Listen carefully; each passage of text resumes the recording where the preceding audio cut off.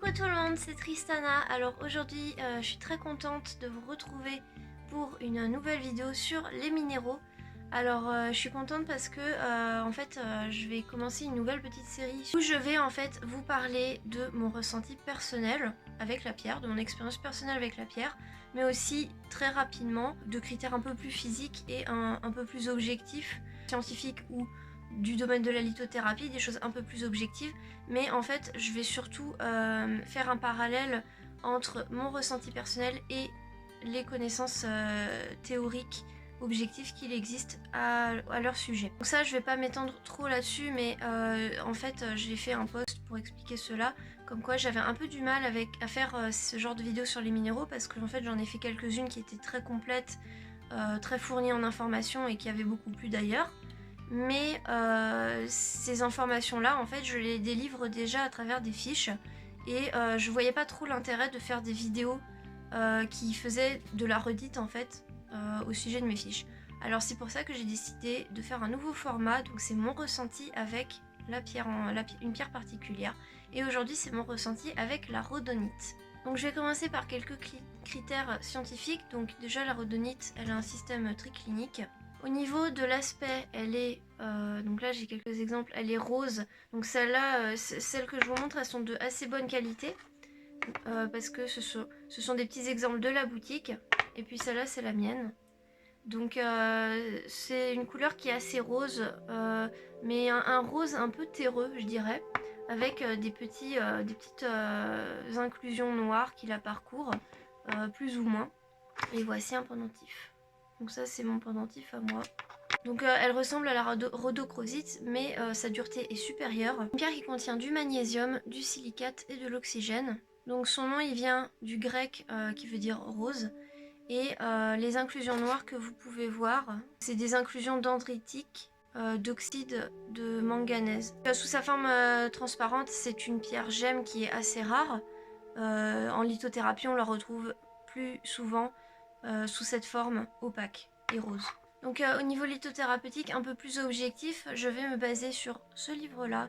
Et puis je pense que je me baserai toujours sur ce livre-là parce que c'est celui dans lequel j'ai trouvé les réponses les plus appropriées concernant les propriétés des pierres. Donc je pense que je me baserai sur lui, mais je pense que je vais changer selon les vidéos, selon les livres qui m'inspirent. Voilà, c'est un peu au feeling ce genre de vidéos, c'est pas des vidéos trop sérieuses.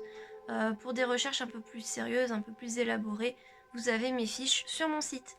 Donc dans son livre, Julia nous dit que la rhodonite est une pierre qui va permettre d'adapter nos émotions à notre environnement extérieur. Donc par exemple, faire le deuil d'une personne qui ne nous retourne pas notre affection, et comprendre un peu que l'environnement ne peut pas toujours répondre à nos attentes, et plus particulièrement à un niveau émotionnel. Donc tout ce qui est le regret d'une situation passée, la nostalgie, elle va apaiser tout cela et elle va aider dans le cas des ruptures qui ont été difficiles. C'est vraiment une très bonne pierre de résilience émotionnelle. Mais en même temps, elle peut avoir un côté un peu passif et pas actif, c'est-à-dire qu'elle va pas nous pousser à agir et être forcément maître de notre destin, mais plutôt accepter de manière passive les événements extérieurs qui s'imposent à nous. Et ça, c'est quelque chose que j'ai ressenti très fortement, et aussi avec l'amazonite, qui est aussi une pierre triclinique, et aussi associée au cœur, et ça, je l'ai ressenti très fortement. Alors maintenant, je vais vous passer à mon avis. Donc pour moi, en fait, je vais faire un petit lien avec l'amazonite en fait. Parce que l'amazonite, pour moi, est très proche de la rhodonite, dans le sens où elle a le même système cristallin et elle va s'appliquer à la même question, entre guillemets, c'est-à-dire accepter ce qui s'impose à nous, et plus particulièrement au niveau de nos émotions. Et l'amazonite va plutôt travailler sur tout ce qui est un peu éloigné de nous, un peu des situations en fait extérieures, tandis que la rhodonite, pour moi, elle va plutôt s'appuyer sur des situations qui nous sont très personnelles et qui peuvent être d'ailleurs assez difficiles à traiter. Donc c'est pour ça que moi, toutes les pierres roses, je recommande de ne travailler avec que si on a une bonne assise émotionnelle, je dirais. C'est-à-dire que, en tout cas, elles peuvent nous faire ressortir nos émotions. Elles peuvent exacerber nos émotions. Et la rhodonite ne fait pas exception. C'est-à-dire que c'est une pierre qui va nous permettre de nous reconnecter à nos remous émotionnels. Et si vous êtes quelqu'un comme moi qui est qui est beaucoup dans ses émotions, beaucoup dans qui a fait un travail sur lui, par exemple, qui a des traumatismes, des choses comme ça, eh bien, elle va faire un peu remonter tout ça. Parce que, voilà, si vous êtes quelqu'un qui n'avait pas tendance à exprimer vos émotions très fortement, qui a tendance à refouler même un peu au quotidien pour pouvoir avancer au quotidien, faire les choses, comme moi je le fais, hein, eh bien, cette pierre, en fait, elle va vraiment faire ressortir ça. Et d'ailleurs, ça me rappelle que je crois que Julia avait répondu à un commentaire que j'avais posté, et elle m'avait dit ça, justement. Elle m'avait dit qu'il fallait être dans la sphère intime pour plutôt comprendre les messages, en fait, que la rhodonite veut nous transmettre, et ne pas être dans une situation qui demande d'être performant, etc. Et à l'époque, j'avais pas trop compris parce que j'étais en plein dedans. Mais en fait, maintenant que je l'ai testé sur une période assez longue, je comprends ce qu'elle voulait dire, et c'est vrai que c'est quelque chose que je ressens pas mal, dans le sens où il faut pas, il faut pouvoir en fait se permettre de laisser libre cours et exprimer nos émotions pour travailler avec la rhodonite, parce qu'elle va nous les faire sortir, nous les faire ressortir malgré nous. Donc si vous avez été victime de traumatismes, de choses un peu graves, et que vous n'avez pas forcément envie de penser à ça au quotidien, et que vous refoulez ça, bah, la rhodonite va faire un travail un peu d'introspection sur toutes ces peurs et toutes ces émotions-là qui sont enfouies en vous. Donc préparez-vous à cela, parce que ça peut être assez difficile. Donc moi, au niveau de mon ressenti, j'ai noté du coup que j'étais assez émotive. Mon émotivité était exacerbée. Donc ça, c'est le fait que ça soit une pierre rose, je pense. J'étais un peu à fleur de peau. Mais en même temps, j'avais un certain ancrage. Je pense que la rhodonite est une pierre émotionnelle, mais aussi une pierre d'ancrage. Une pierre d'ancrage à nos émotions, en fait. C'est-à-dire qu'elle va nous permettre de prendre vraiment conscience de nos émotions, de travailler avec. Même si ça va pas être un travail vraiment actif, mais ça va plutôt être un travail d'acceptation, de passivité face à nos émotions. Mais elle a un côté enracinant. Par contre, je sais que au début ça allait, mais si je la portais trop longtemps, bah en fait elle a un peu accentué certains symptômes que j'ai d'une maladie, je dirais, c'est-à-dire que je suis atteinte de TDAH, trouble de l'attention et de l'hyperactivité. Et maintenant je suis un traitement pour cela, donc je pense que ça va changer mon rapport aux pierres. Mais en tout cas, au moment où j'ai testé, je n'avais pas ce traitement-là.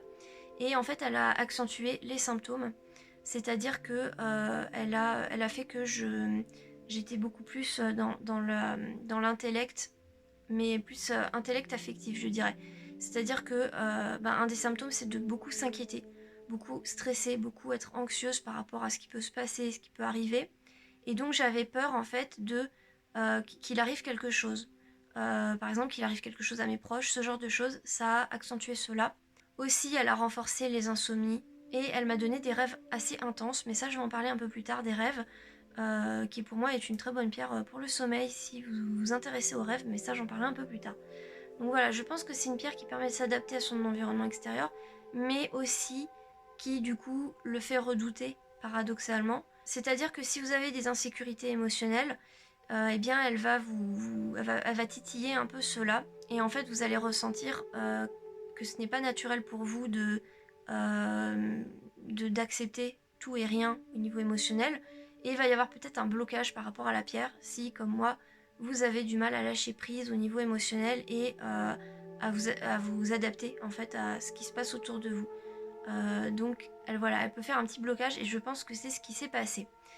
Je pense que pour la plupart des gens, des retours que j'en ai eu, des clients, tout ça, c'est quand même une pierre qui est très stabilisante et qui va être très apaisante, surtout pour quelqu'un qui n'a pas eu particulièrement d'expérience négative, mais qui est naturellement stressé.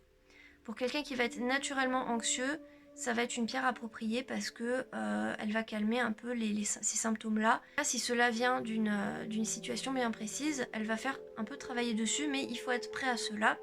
Et il faut être prêt à accepter les choses qui se sont passées.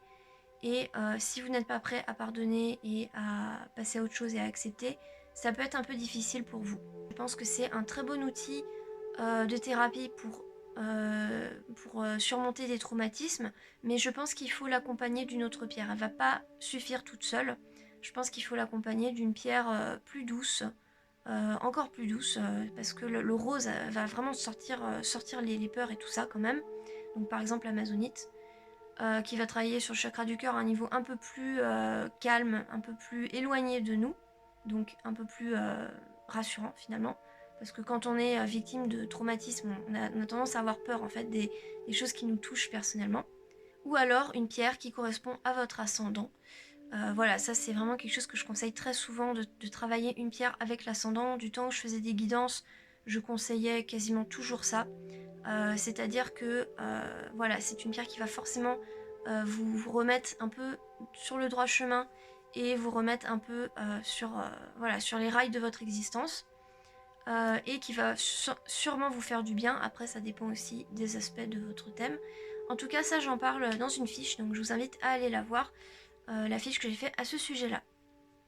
Donc maintenant, je vais parler des rêves. Alors, les rêves avec cette pierre, avec la rhodonite, ils étaient très très très intéressants. Pour ma part, c'était une pierre que j'ai adoré utiliser pendant la nuit, pendant le sommeil. Donc j'ai bien fait un test sur une période assez longue pour me rendre compte des effets. Quand je l'enlevais, je ne faisais pas du tout ces rêves-là. Je faisais mes rêves normaux qui sont beaucoup plus torturés et qui sont un peu moins précis. Donc pour moi, c'est bien dû à la rhodonite, l'expérience que je vais vous décrire. Donc globalement, c'était des rêves qui étaient agréables. Qui étaient hauts en couleur, c'est-à-dire qu'ils étaient très précis. Je m'en souvenais, c'était vraiment des vraies histoires. Et c'était toujours des choses un peu agréables, pas forcément hyper géniales, hyper euphorisant, mais en tout cas des histoires assez plaisantes. Voilà. Des choses assez douces, une grande douceur. J'avais toujours une chose qui m'est revenue dans ces rêves, qui était assez particulière, c'était un sentiment, une sensation de liberté et d'exploration.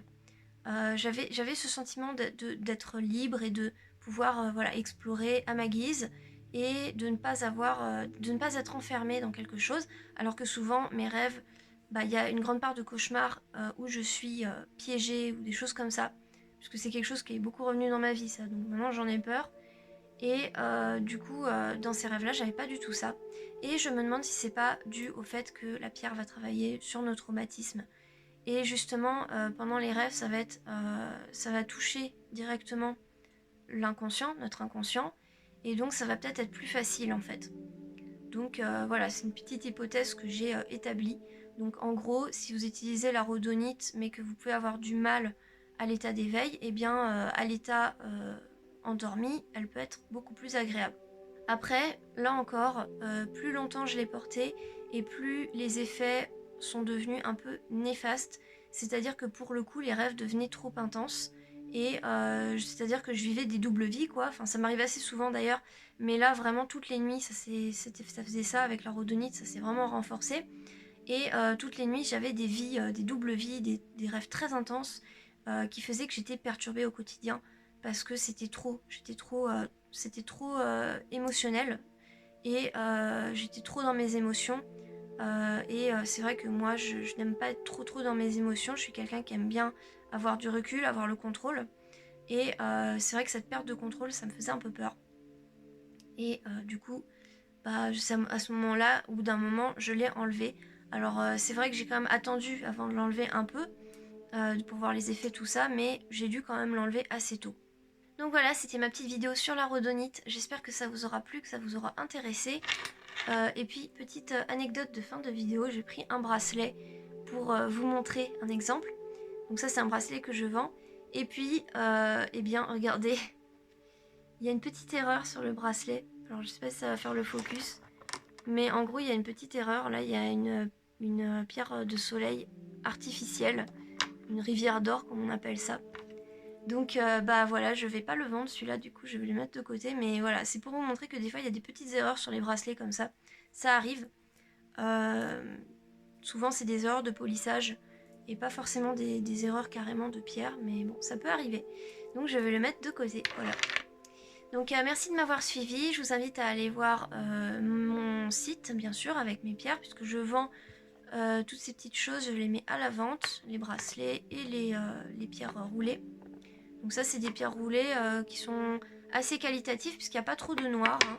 Je vous invite aussi à aller voir mon travail avec mes fiches que je fais, des fiches informatives sur tous ces domaines-là, des pierres principalement. Et puis moi, je vous dis à bientôt sur la chaîne pour de prochaines vidéos. Salut à tous!